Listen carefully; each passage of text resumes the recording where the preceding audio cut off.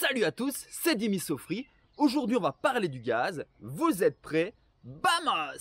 Dans les prochaines vidéos, vous allez voir comment je vais aménager ce fourgon en un fourgon 4 places. Je vous laisse vous abonner pour voir la suite de ces aventures.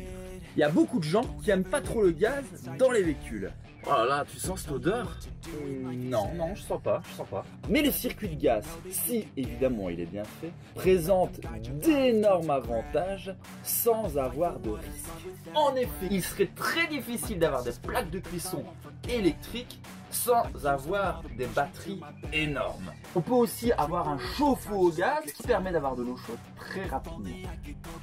On peut aussi installer des frigos Trimix qui fonctionnent au 12 volts, au 230 volts, mais aussi au gaz, comme j'ai pu vous le montrer dans la vidéo La Belle Alice. Mais ce que j'ai utilisé ici dans ce fourgon, c'est un frigo à compression 12 volts, ce qui permet d'avoir un congélateur et de pouvoir se garer en pente sans que le frigo s'arrête. Et ça, c'est quand même vachement bien. Et le gaz, ça commence où? Ça commence dans le coffre. Venez voir. Il va tout d'abord falloir une bouteille de gaz, et cette bouteille de gaz, on va venir la mettre dans un caisson étanche qui va se trouver juste ici. Et dans ce caisson étanche, qu'est-ce qu'on a? Eh bien, on a deux aérations pour éviter que si on devait avoir une fuite de gaz, ce gaz rentre dans le feu. Cette bouteille de gaz va être connectée via un détendeur à un passe-cloison qui va permettre au gaz de sortir de ce compartiment et venir alimenter chacun des éléments de notre fourgon.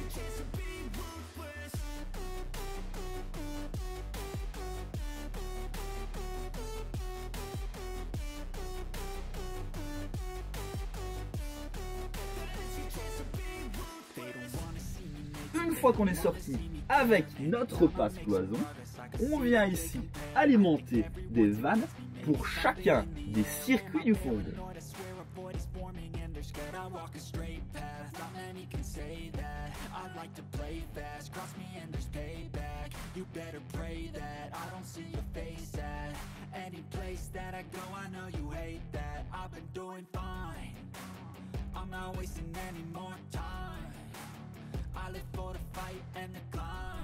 J'ai choisi de mettre 3 vannes alors que j'ai 2 éléments qui consommeront du gaz, c'est-à-dire mes plaques de cuisson et mon chauffe-eau. Mais si jamais un 3e élément devait se rajouter, on a la possibilité de le faire via cette 3e vanne qui est actuellement fermée à l'aide d'un bouchon. On va ensuite relier chacun des éléments à l'aide de notre tuyau de 8 mm en cuivre, et pour ça, on va venir fixer le tuyau à l'aide d'éléments en caoutchouc.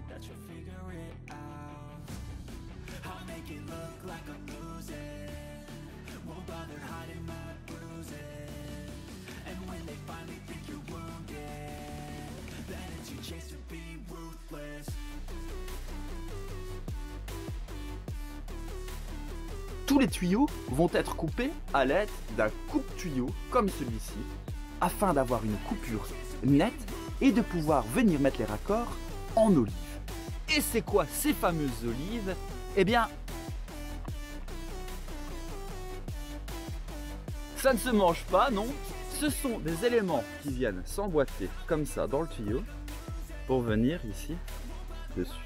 Et en venant les visser comme ceci, avec une pince évidemment, le gaz ne sait plus s'échapper. On vient ensuite avec nos tuyaux jusqu'aux plaques de gaz et jusqu'au chauffe-eau pour venir les fixer sur celle-ci.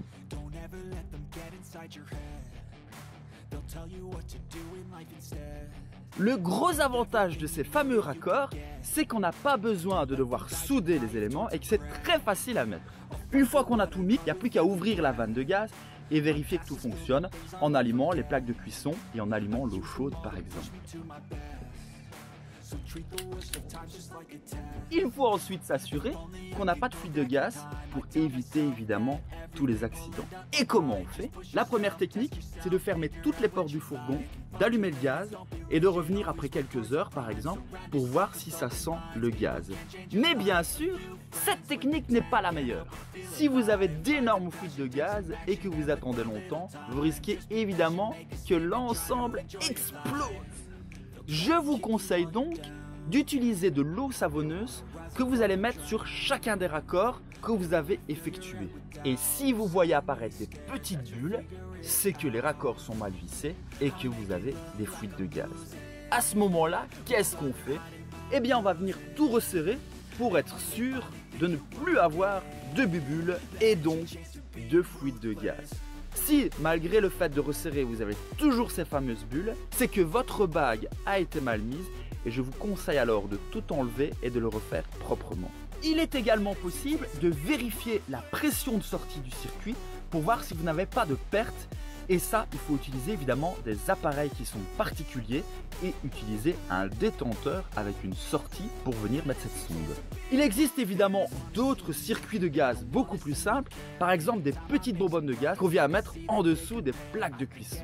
Mais évidemment, en mettant une bonbonne de gaz comme celle-ci, on a une autonomie beaucoup plus importante et un excellent confort.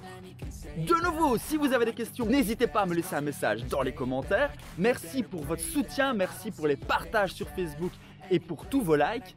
J'espère que vous avez aimé la vidéo. N'hésitez pas à l'aimer, à vous abonner et à la partager pour en connaître plus sur nos fourgons, sur nos projets et sur la liberté. Hasta luego!